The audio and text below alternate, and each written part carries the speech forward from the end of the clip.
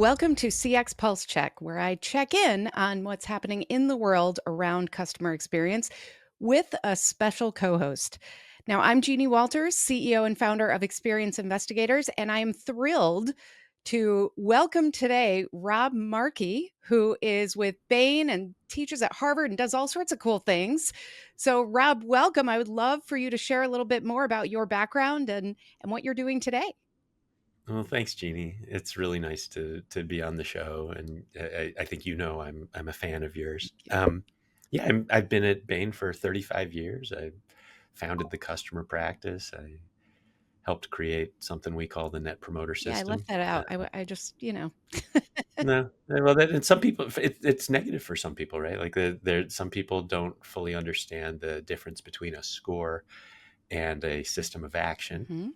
Mhm. It's fine. Um, it's too bad, but it's fine. And yeah, for the last couple of years, I've been teaching the MBA students at Harvard Business School about how to think about, running and designing and improving service operations and organizations. Excellent. Well, I'm just excited to see that customer experience is having a little bit of a moment in education right now. I'm seeing more programs. We're starting to really understand that business is more than just the back end processes. And we have to really understand how to operationalize things in order to deliver for the customer. So we're not quite there yet, right? Like there aren't too many people out there doing what you do, but I'm excited to see that there is something happening there. Well, I will say that one of the things that I think is interesting about that is the course I'm teaching is a course I took Oh. 35 years ago. So it's new to some people, Mhm. but Yeah. this is actually many of the things that I'm teaching my students are simply updated versions of what I was taught. Oh, that's cool. And so I, what it sort of illustrates one of my beliefs, which is that none of the most important things that are really impactful in business are truly, like blindingly new. Mhm. They're all the most important ones, the most impactful ones are really just almost Yeah. obvious Yeah. in hindsight. It's very true, and I always get a kick out of things when they like, a couple of years ago, they posted that they found, what they thought was the world's oldest customer complaint letter, and it was, like, etched on a stone, you know? The more you look back, it's kinda like, "Oh, yeah, we've been doing this for a long time." It's pretty fundamental. It is pretty fundamental. So, I picked out a few topics that I thought we could have fun with because I know that you and I have had some fascinating discussions about, to your point, NPS and also just kind of how we approach understanding the business impact of the work we do with customers and how they feel and all those things. So, the first thing I grabbed was really a press release, but this is a press release from the American Customer Satisfaction Index, which is a well-known, organization that tracks these things. And the subtitle here, so this is the American Customer Satisfaction Index, also known as the ACSI, their quarter three 2025 press release. And the subhead here says a threat potentially more damaging than the Great Recession, the decoupling of seller profits from buyer utility. Now, that I'm going to argue that's not the most elegant subhead.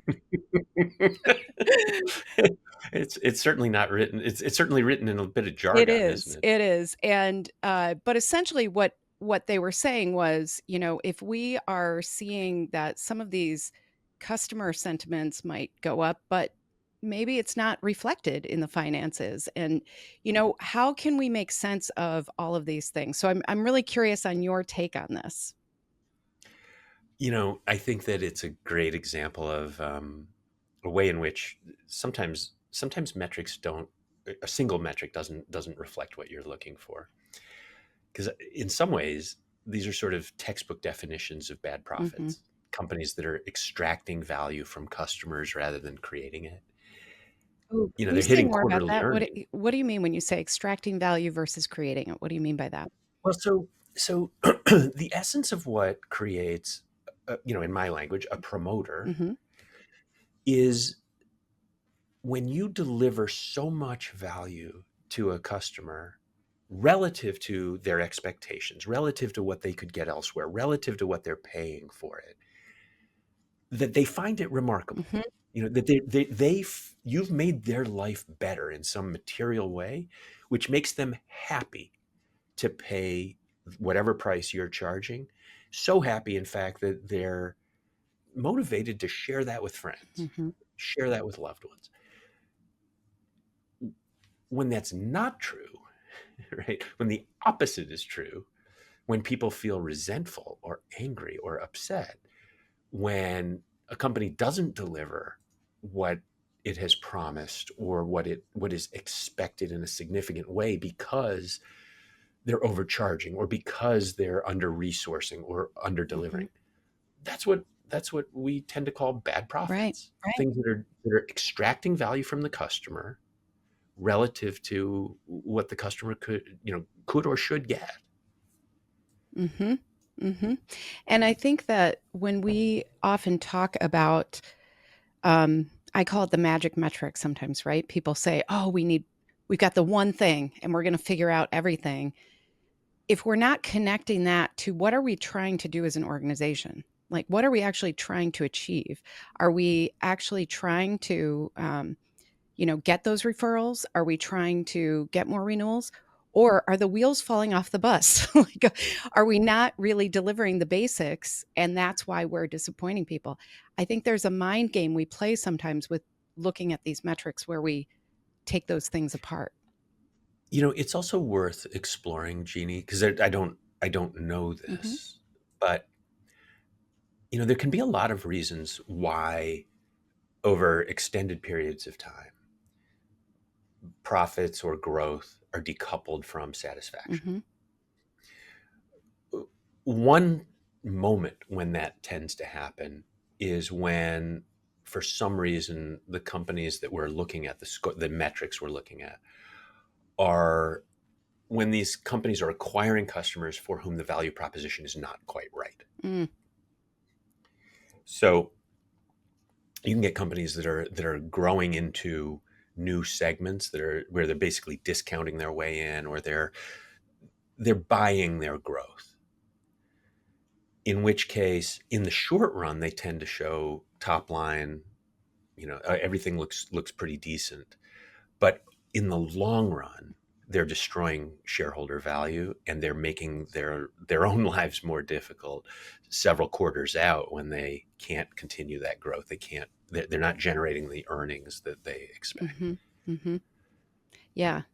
So that could be one source of what's going Hmm. on here in some cases. And another source could easily be, organizations in a time of real uncertainty raising prices faster than they're raising the value they're delivering. Hmm.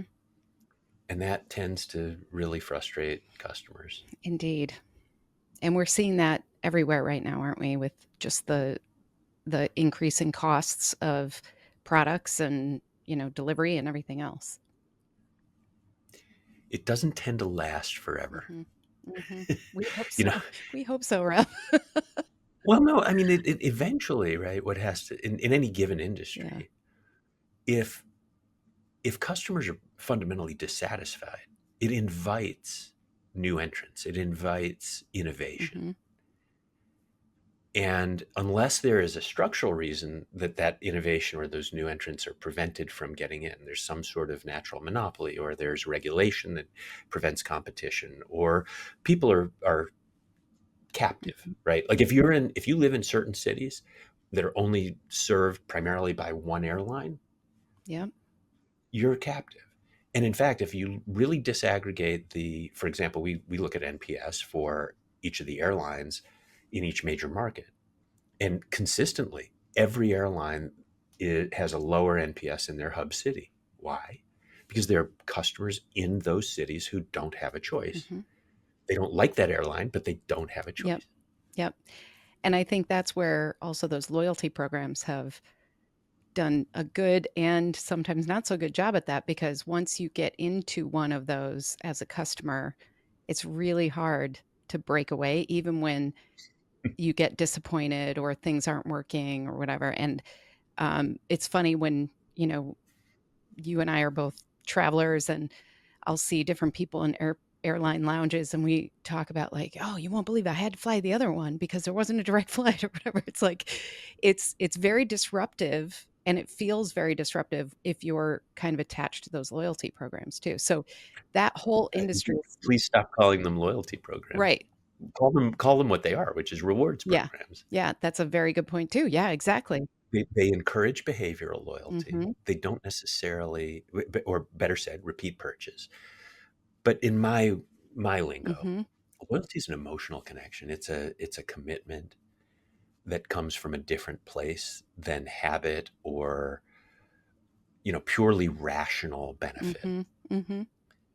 And to be fair, some of the rewards programs do offer experiential and emotional benefits that are better than discounts and free flights Mhm. and all that stuff. But if the acid test is, if a customer lost those benefits, would they remain quote loyal Mhm. to that airline? Yeah. That's the issue. I That's what you're raising, I really. think the business leaders, you know, asking that question, that probably is a tough question to be honest about in some cases, but I think it's really it's an excellent kind of challenge to make sure that we are delivering enough to create those emotional connections. Well, and if I was selling a rewards platform, what would I call it? Would I call it a rewards? But no, I'd call it a loyalty Yeah. platform Yeah. because it sounds better, but it's really not. Yep, exactly, exactly. Well, and that's I mean, the same thing can be said about the word satisfaction, right? Like people have never said, "How's your marriage going?" "I'm satisfied," right? Like that is not an emotionally charged word at all. No, well, it's a low Yeah, bar, it right? is. It's that, and that's actually, again, I don't want to hammer on NPS, but one of the reasons that we like the likelihood to recommend Mhm. question is because it distinguishes Yes. versus mere Mhm. satisfaction. Mhm. So, one of the things and you have seen the roller coaster of how NPS has been used in the market, how I mean, you expressed now how, some people don't understand exactly that you can't the score doesn't actually do anything, right? Like if you get the score, that's great, but that doesn't really move mountains. We need to assign action and make sure it's part of this bigger systemic thing. But at the same time, people love the score. People love reporting on it. People love sharing it. And this next example I have is and I've never done this on CX Pulse Check, so this is a first. Instead of a like classic media piece, what I wanted to share was an earnings call transcript, which, Hmm. again, super great headline here. So, CoStar Q3 2025 earnings call transcript. And the reason, and this is from the Motley Fool, and the reason that I wanted to share this is because there was a lot of discussion about NPS in this earnings call. And this is the organization that has homes.com and apartments.com specifically. And they saw a lot of, good results and they talked about that. So I was just seeing this as like, they were almost referring to it as forward-looking indicators, and I think a lot of times NPS is a lagging indicator. So, Explain what you mean by that. I think that when I was looking at this transcript, one of the things that stood out was that they were really saying like, we're seeing all this great growth in usage in the company, but then we're also seeing all this great growth in NPS. So we expect all of this to continue, right? Like they were using it that way. I think a lot of times when NPS is reported on, this is how people have told us they've felt.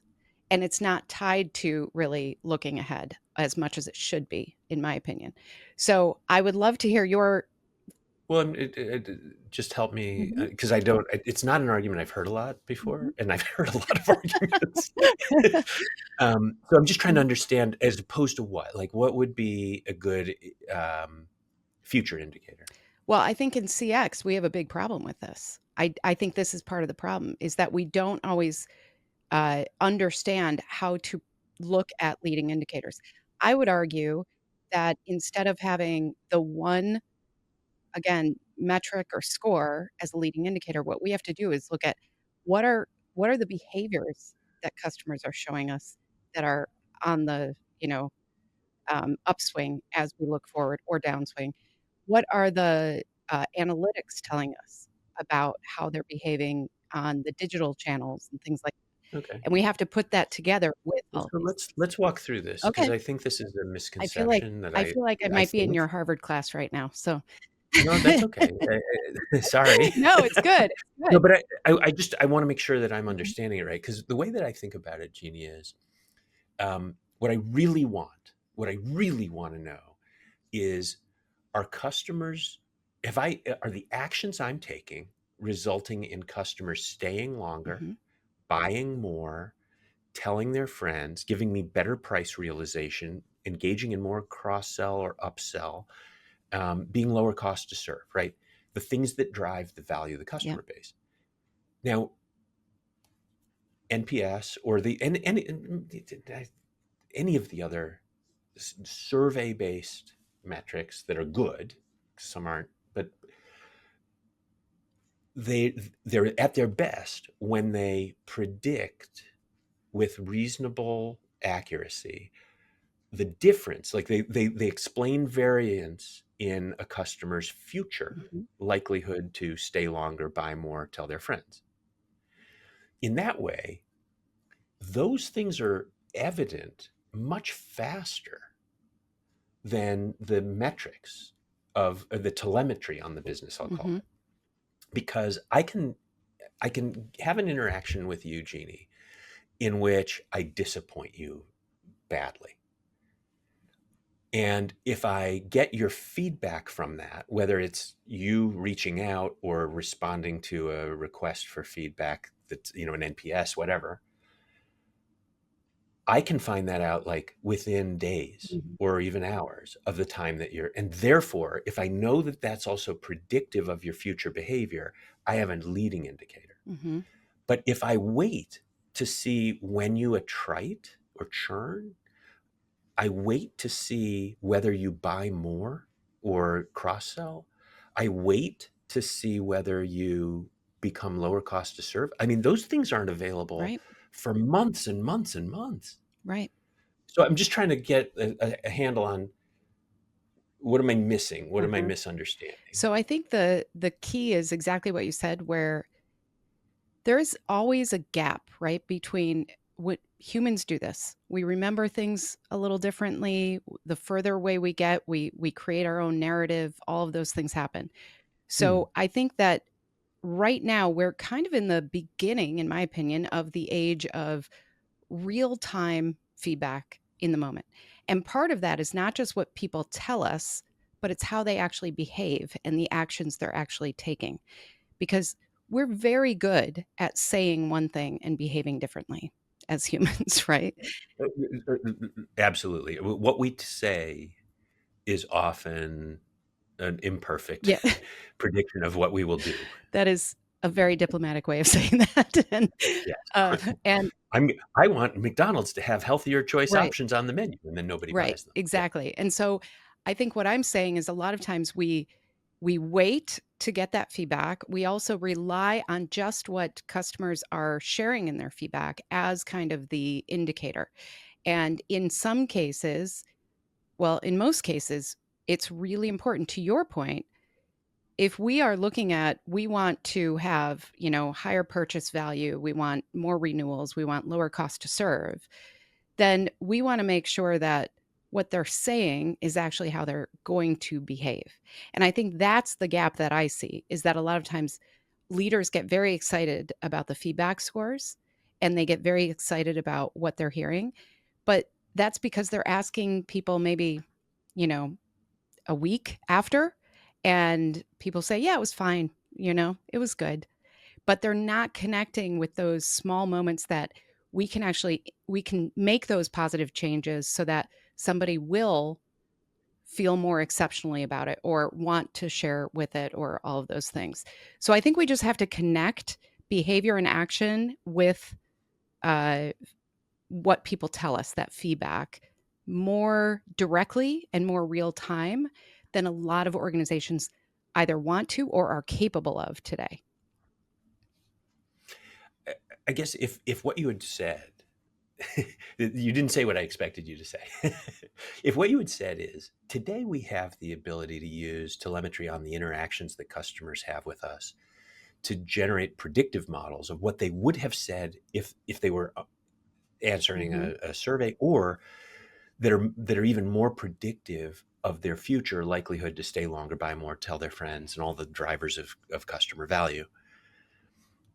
And we can have that available to us as soon as that interaction is Mhm. over. It's literally, we can read the data and run it through our model. If that's what you were saying, then I'd say, yeah, I mean, I want in the moment ability to read what's going on at Yep. scale across all of my customer base, not just the handful of people who respond to a survey. Mhm. What is challenging about that sometimes, well, a lot of times, is that what I can't tell from that telemetry is how you feel about Mhm. it. And I also still don't have, well, I can, and those models, they're built on historical understanding of the link between the outcomes of interactions, like, let's say an address change or a Mhm. fee dispute or a billing question. They're based on the outcomes of those as they predict future customer behavior. Mhm. Those are good models, and we've been building them for 5 or 7 years, as long as people have had the analytics available to do Right. them. And they they still just lack the heart that you get out of real customers telling you how it feels. I The anger, the rage, the frustration. Yep. You also lack the ability to see how those expectations are changing in the moment. And so when you only are using models that are built on historical data, your models always lag a little bit what's going on with customers Mhm. today based on their experiences in other industries with other vendors and so on. And so we marry the two Mhm. together so that we get a better forward looking prediction of how our average speed of answer, how our call abandon rate, how our first time resolution is likely to impact our financial Mhm. performance, and what is driving that, as well as the downstream impact that's likely to have on cross sell, upsell, and the other things that drive Mhm. value. And I think we are in this really interesting age right now because a lot of the organizations that I'm seeing, they're simply not there. They're not mature enough to have that, or I'm sure you're seeing this too, their data is a mess, right? So they are trying to connect all these dots and they realize like, "Oh, we have totally different data sets in these different parts of our organization and this isn't going to work," and all of these things. And I'm curious about this with you. I also am really both fascinated and a little hesitant about some of the things that are trying to your point, capture those emotions before somebody has to tell us, right? So, facial recognition software, like all these things that are now the voice kind of analysis that can tell you the anxiety level is Well, going up.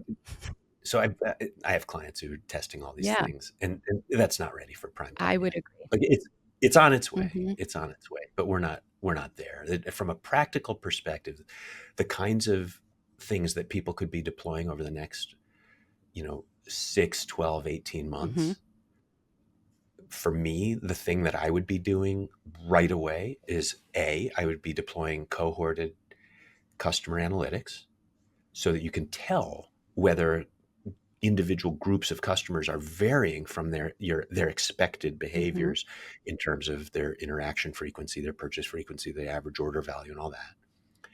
And I would be developing predictive models of future customer behavior that are based on characteristics of the interactions they're having today. So I know if it took me 90 minutes to get a live person, or if it's the sixth phone call in a week, or if Yeah. there's lots of, I know that that was a bad interaction, and I know how many of those were, and I know what the pattern of sources of like, was it, did we experience a significant increase in abandon rate, Hmm. and what that is likely to mean in terms of financial impact. Yeah. Yeah. I would be doing that today because it's all possible to do Hmm. easily, and it doesn't require fancy new technology that is not ready Hmm. for prime time. Well, and the other thing that I've seen is that sometimes we say, you know, we look at something and we go, this is a terrible way to treat customers, right? And we all agree. And then somebody says, well, we should do a survey or we should do this. And it's like, that's where I think sometimes we have to take customer experience leaders back, or the people who talk about it, and say, okay, stop. What are we trying to do here? Right? Like, go back to what are we trying to do for the customer and what are we trying to do for the organization? Well, let's go back to the article that Mhm. that kicked this Yeah. off, right? We never really talked about the article. I mean, one of the things I like about what CoStar is doing is something that customer companies should do. It's that they're talking to investors about customer loyalty and renewal together, Yes. right? They're talking about the thing that drives financial performance along with that survey-based metric. So they're at least trying to link a CX metric with concrete Mhm. outcomes like renewal rates and bookings. That's a good thing. Yep. But I don't know I don't know how they're collecting their NPS. Mhm. I don't know.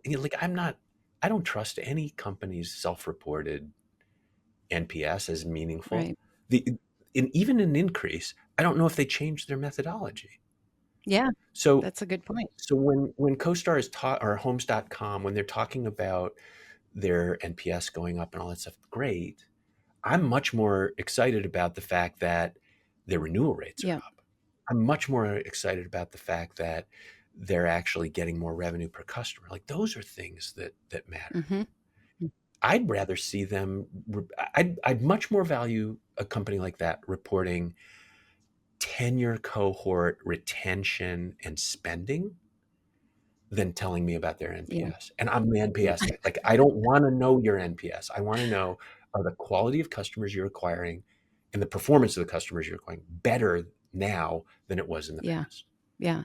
Well, and I think going back to our conversation too about we have to continue to adapt and change and innovate based on changing customer expectations right now too, and they're changing so quickly that what I the reason I pulled this for us to talk about was because I think that a lot of times the narratives out there are either look at NPS as the shiny thing, right? And yeah, exactly. Like, hey, it's over here, and don't pay attention to the what's actually happening, Right, or the right, right. opposite, where to your point, it doesn't have the heart, it doesn't have like the emotion. And I like to like nobody's been moved by a spreadsheet, right? Like nobody's looked at that and said, "Oh my gosh, that's really powerful." But they are moved by the Well, emotion when we if I'm trying to be fair to the management team, yeah. right? What they're doing is they're saying, investors, because that's who they're talking Yes. to in an earnings call. They're saying, investors, you should have confidence in the strategies that we're pursuing because they're resulting in better customer Mhm. satisfaction, or NPS, which in turn is going to drive new subscribers, better retention, better revenue per subscriber, Mhm. so on and so forth. Mhm. And the leap of faith that's required is caused by the fact that they don't actually provide reliable evidence of cohorted customer Mhm. performance. what is the retention curve? What does that look like? Mm. What are the revenues per customer for customers acquired in each of the last 5 Mhm. years? Mhm. That kind of stuff would give investors real Yep. confidence. So they're using a hand-wavy metric like NPS to substitute for what they really should be Mhm. providing. Yeah, and at the same time, I appreciate that they did connect these things, and they're trying to tell a narrative, which, everybody is when they're doing these types of calls, but I think that there's again, I feel like we're having these conversations that might be at the start of a different journey for everybody where we're getting more real-time information. We're starting to connect the dots more. We are getting better data in many cases than we could even access a couple years ago. And so there's all these exciting things happening, and at the same time, we have to guide people. We have to make sure we know what story we're trying to tell. And my point about like not being moved by spreadsheets, it's so easy to fall into like, here's the report, here's the dashboard, here's this.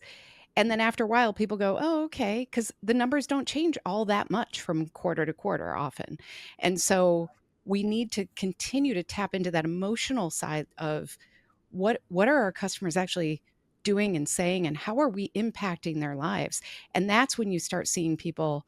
I mean, nothing moves an executive team more than playing a recording of one of those like horrible call center calls.